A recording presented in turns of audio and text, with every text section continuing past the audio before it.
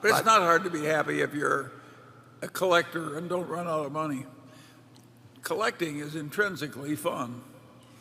Just think, how many people who you know in your whole life who were collectors who didn't run out of money, who weren't happy collecting?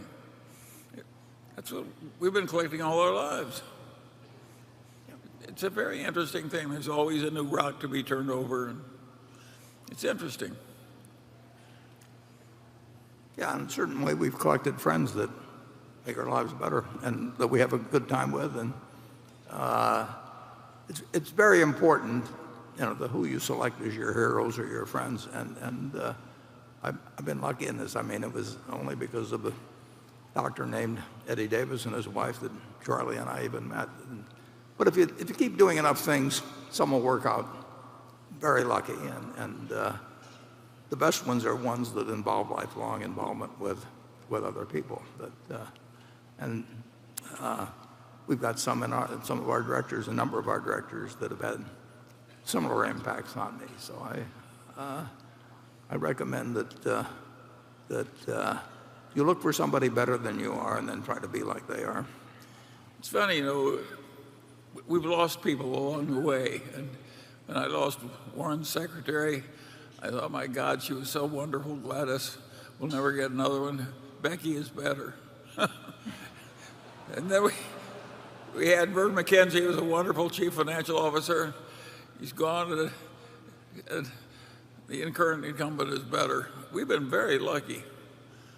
And maybe the shareholders will be lucky a few more times. Charlie and I, literally, and people find this hard to believe, but in 60 years, we've never had an argument. We have disagreed about things, and we'll probably keep occasionally disagreeing about this or that. But if you define an argument as something where emotion starts entering into it, or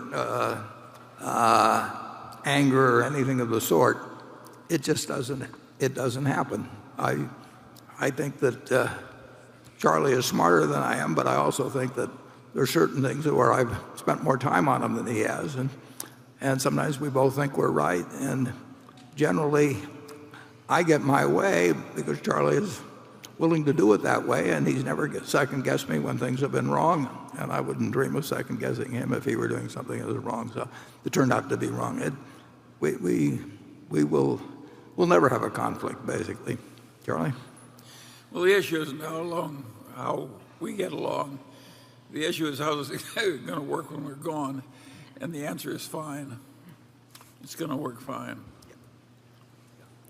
We're lucky that, I ran into him when I was, 28 years old, and I both worked in the same grocery store, and he grew up less than a block away from where I now live and everything, but I did not know who Charlie Munger was until I was 28.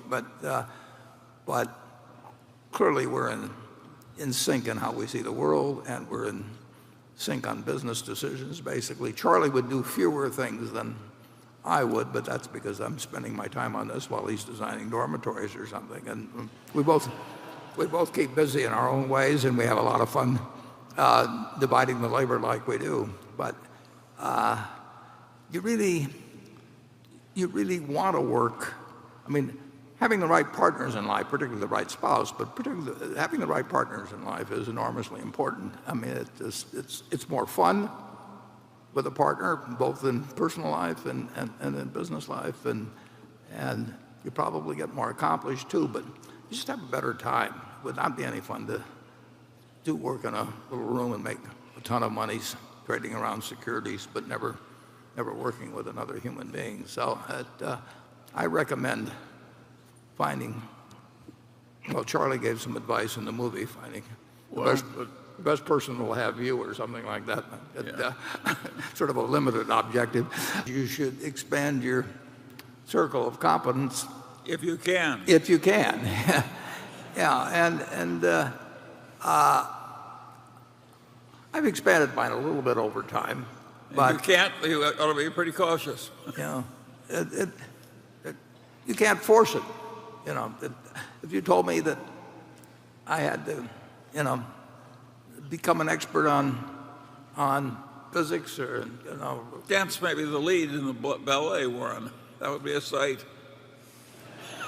Yeah, well, that's one of them. Particularly now. That's one you may be thinking about, but that didn't even occur to me. But no, it's ridiculous. Yeah.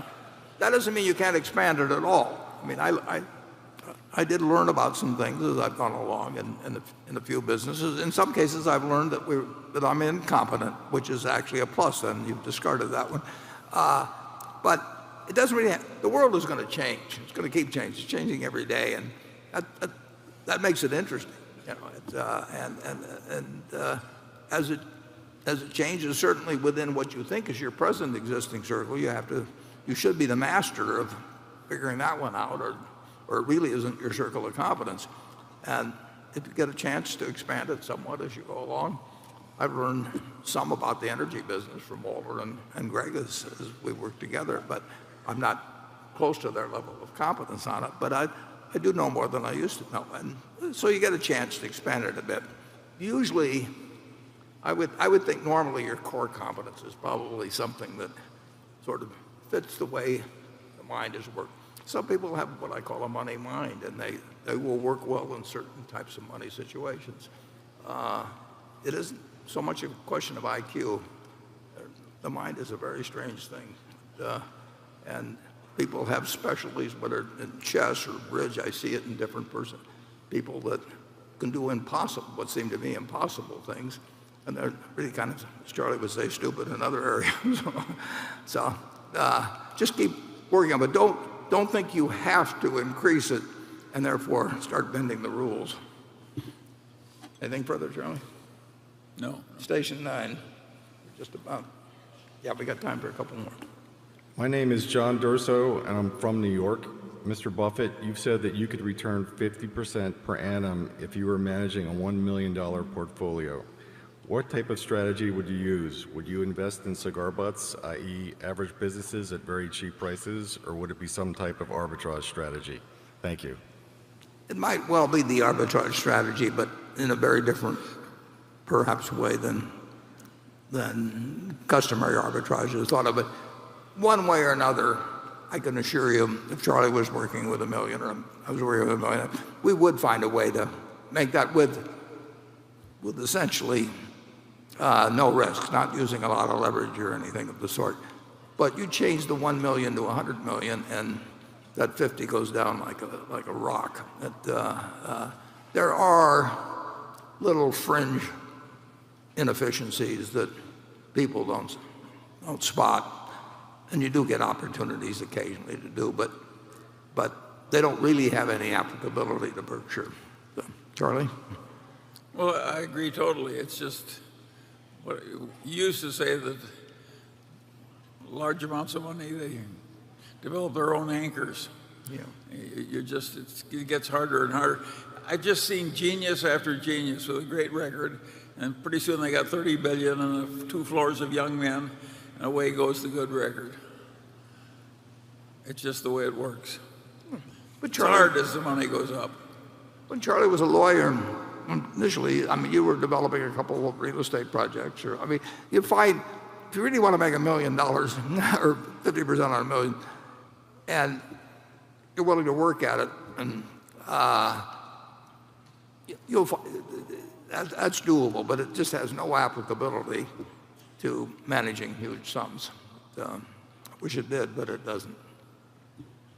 Yeah, Lee Lu, using nothing but the float on his student loans, had $1 million practically shortly after he graduated as a total scholarship student. He found just a few things to do, Yeah. and did them.